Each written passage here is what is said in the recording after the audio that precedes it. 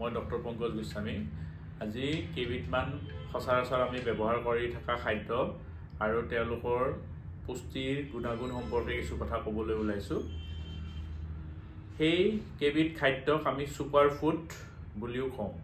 Super food এইকাৰণে কওঁ কাৰণ এইবিলাক খাদ্যত আমাৰ প্ৰচুৰ পৰিমাণে ভিটামিন থাকে। Vitamin A, vitamin C, zinc ইত্যাদি প্ৰচুৰ পৰিমাণে থাকে।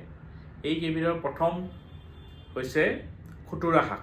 খুতুৰা শাক সাধাৰণতে আমাৰ ঘৰত সচৰাচৰ ব্যৱহাৰ কৰি থকা খাদ্যৰ ভিতৰত অন্যতম। খুতুৰা শাক আমি ভাজি খাব পাৰোঁ বা কেতিয়াবা চালাডতো আমি খুতুৰা শাক খাব পাৰোঁ।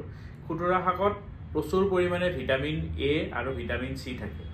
ভিটামিন এ অভাৱ হ'লে আমাৰ চকুত কুকুৰিকণা হ'ব পাৰে আৰু ভিটামিন চিৰ অভাৱ হ'লে আমাৰ চকুৰ যিবিলাক তেজ চলাচল কৰা নলী সেইবিলাক দুৰ্বল হ'ব পাৰে।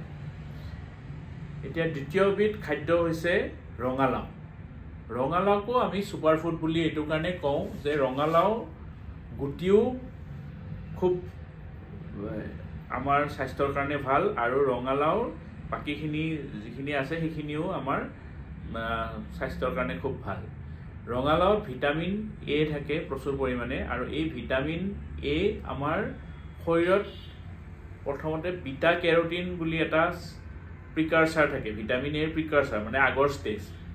এই ভিটামিন এটো শৰীৰত গৈ পেলাই বিটা কেৰোটিনৰ পৰা ভিটামিন এ হয়। ভিটামিন এ আমাৰ চকুত ৰ'ডছ আৰু কোনছ নামৰ দুটা পিগমেণ্ট থাকে। ৰ'ডছে আমাৰ ৰাতি দেখাত সহায় কৰে আৰু কোনছে আমাৰ দিনৰ দেখাত সহায় কৰে। এতিয়া যদি আমাৰ ভিটামিন এ দেহত অভাৱ হয় তেতিয়াহ'লে এই ৰ'ডছৰ হেল্থটো ঠিক নাথাকে, কাৰণ ৰ'ডছত ৰডপচিন নামৰ এটা পিগমেণ্ট লাগে। সেই ৰডপচিনটোৰ এটা কম্পনেণ্ট এই ভিটামিন এ হয়। গতিকে ভিটামিনৰ অভাৱ হ'লে আমাৰ কুকুৰিকণা হ'ব পাৰে আৰু চকুৰ সন্মুখৰ ভাগৰ ড্ৰাইনেছ হ'ব পাৰে বা শুকান হ'ব পাৰে চকুজুৰি। এতিয়া তৃতীয়বিধ ছুপাৰ ফুডৰ কথা ক'বলৈ আহিছোঁ, সেইবিধ হৈছে গাজৰ। গাজৰ আমি সচৰাচৰ আমাৰ খাদ্য তালিকাত অন্তৰ্ভুক্ত কৰা উচিত, কাৰণ গাজৰত প্ৰচুৰ পৰিমাণে বিটা কেৰোটিন থাকে। এই বিটা কেৰোটিনৰ পৰা আগতে উল্লেখ কৰাৰ ধৰণে মই বিটা কেৰোটিনৰ পৰা ভিটামিন এ হয় আৰু ভিটামিন এ আমাৰ চকুৰ সন্মুখৰ ভাগত কৰ্ণিয়াখন ক্লিয়াৰ কৰি ৰখাত সহায় কৰে আৰু তাৰ অভাৱ হ'লে আমাৰ চকুত ড্ৰাইনেছ হ'ব পাৰে।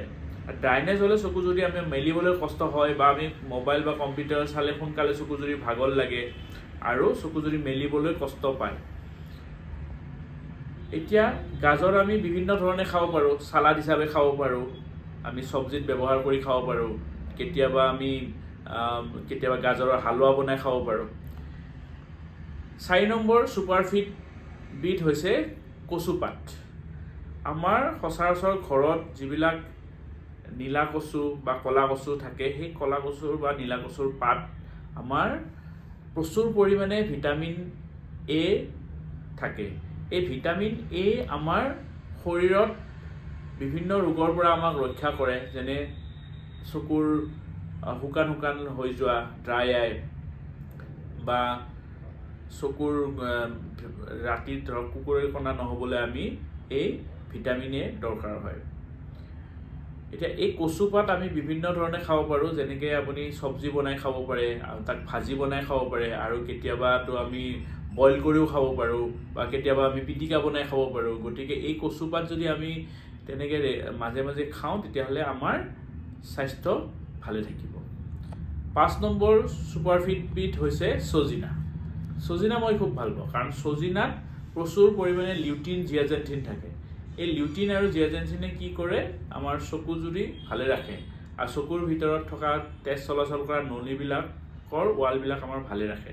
সেইকাৰণে ছজিনাৰ পাতবিলাকো আমি চব্জি হিচাপে খাব পাৰোঁ আৰু ছজিনাৰ যিডাল গাগজ আছে, গাগজডাল আমি কাটি পিনে ছজিনাৰ চচৰি বনাই খাব পাৰোঁ বা ছজিনাৰ আমি জোল বনাই খাব পাৰোঁ। আৰু ছজিনাৰটো প্ৰচুৰ পৰিমাণে পুষ্টিকৰ খাদ্য।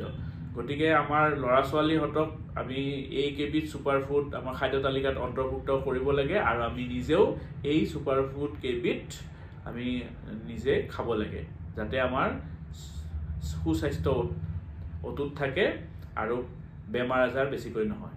ধন্যবাদ।